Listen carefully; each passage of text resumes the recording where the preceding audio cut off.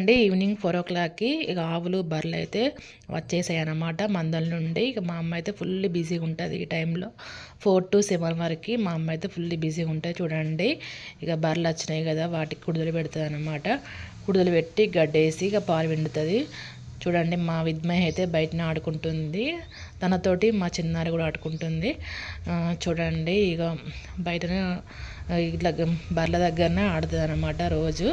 ఇక మా అమ్మ చూస్తుంది అనమాట ఈ టైంలో. చూడండి ఇక మా అమ్మ అయితే ఫుల్ బిజీ. ఈవినింగ్ 7 o'clock అవుతుంది. ఇక బర్రెలకైతే గడ్డి పాలు పిండింది, పాలు పిండి మళ్ళీ గడ్డేసింది.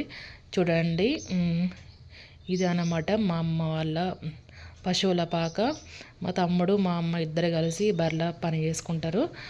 మా డైరీ ఫామ్ అన్నమాట. మా అమ్మ తమ్ముడు ఇద్దరు కలిసి డైరీ ఫామ్ మెయింటైన్ చేస్తారు, అయ్యప్ప డైరీ ఫాము. సో వాళ్ళైతే మస్తు